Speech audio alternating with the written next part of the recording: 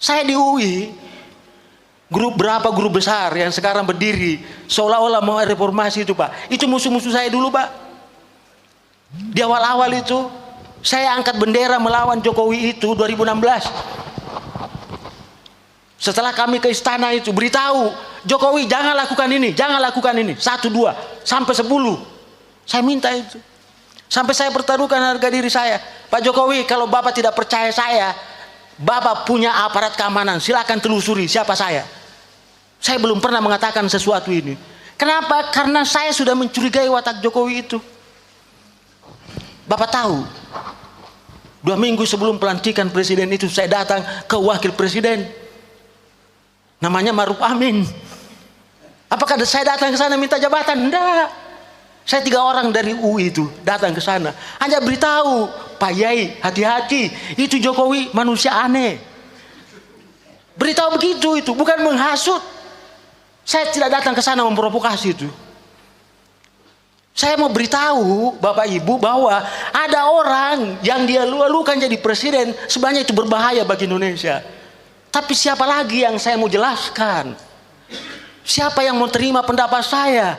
Ketika semua teman-teman saya mengatakan Jokowi itu bagus, orang dari desa. Anda tidak perlu tahu, Anda pernah tahu bahwa Jokowi itu sudah lama dipersiapkan.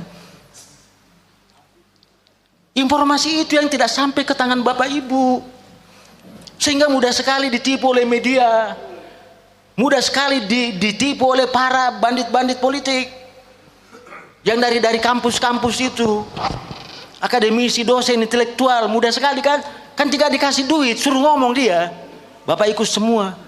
Apa jadinya sekarang? Menyesalkan kita pelihara Jokowi. Dan setelah celakanya itu bukan berakhir Jokowi, ada lagi anaknya dia titip. Karena itu saya bilang, saya tulis di situ Pak, Jokowi adalah presiden terburuk yang pernah dikirim neraka ke bumi. Saya bilang begitu.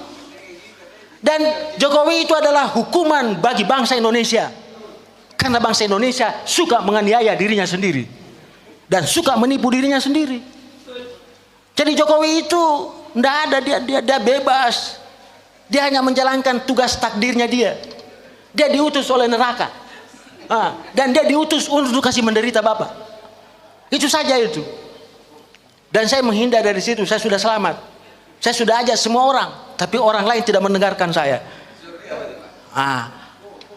Oke, saya masuk ke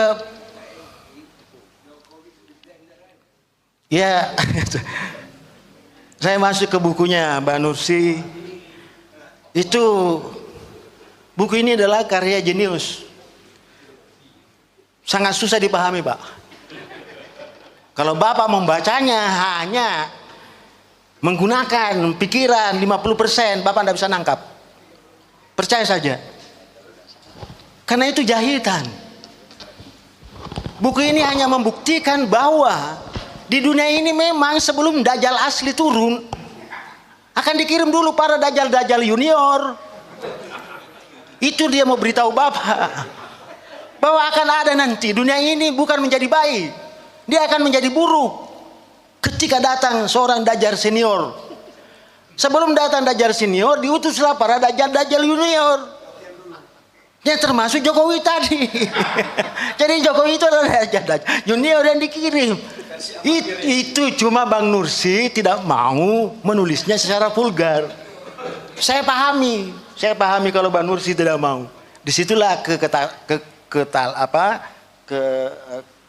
kekentalannya dia sebagai seorang intelektual yang mencoba menjaga, tidak melampiaskan emosinya itu dalam, seperti saya. Ya kalau saya tulis itu betul-betul saya tulis di situ itu. Tapi karena saya bukan Mbak Nursi ya, saya tidak seperti itu. Saya tulis itu. Ya itu.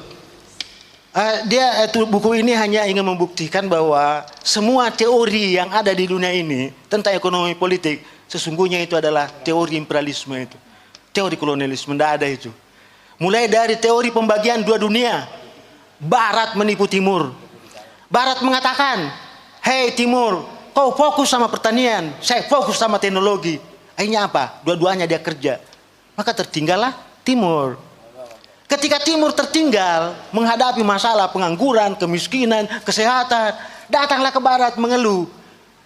Kenapa bisa kau maju? Kami mundur. Apa kata barat? Ya itu salahmu. Kita lagi disalahkan. Padahal teori pembagian tadi mengatakan begitu. Oke? Kita disuruh fokus. Maka barat menawarkan, oke kalau begitu membangun. Lah timur mengatakan, timur ini negara berkembang ya. Negara dunia, ya dunia, ya bahasanya itu kan negara dunia maju berarti dunia terbelakang, kan gitu. Ya kalau Anda mau maju ya membangun. Kata timur, bagaimana caranya saya membangun? Saya tidak punya biaya modal. Ya katanya kalau modal nanti dari saya, gampang itu kalau modal. Maka dia siapkan apa? Modal dalam bentuk utang dan investasi. Karena itu dalam melihat utang dan investasi jangan Bapak pernah gembira. Jangan menggunakan ilmu ekonomi ANSI. Utang dan investasi itu adalah instrumen penjajahan Pak. Itu instrumennya teori pembangunan. Tolong beritahu itu Presiden Indonesia itu. Jangan suruh utang-utang terus itu. Orang Islam paham betul itu. Kalau ada orang yang banyak utangnya, malam tidak bisa tidur nyenyak, siang dia selalu sembunyi mukanya. Dan keluarga yang dibangun dari utang pasti bubar dia. Kenapa? Karena tukang kredit datang semua. Ngancam-ngancam itu. Itu aja analoginya sederhana itu. Kenapa Jokowi suka berutang itu? Karena memang mau menjerumuskan negara kita itu.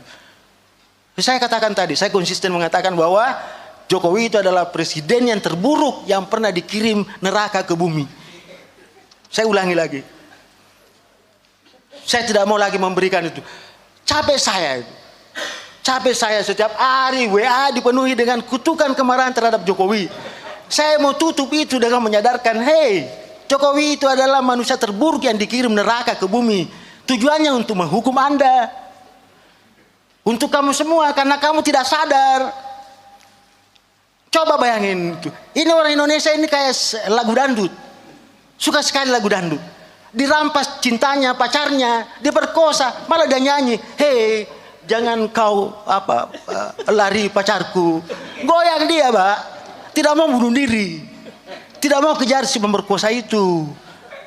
Itu orang Indonesia itu. Jadi dia senang sekali itu membicarakan nasib buruknya. Dia senang itu. Coba, Pak.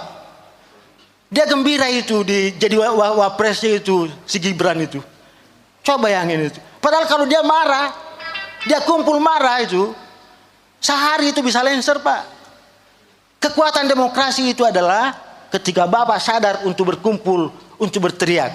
Sejarah demokrasi adalah sejarah memenggal penguasa.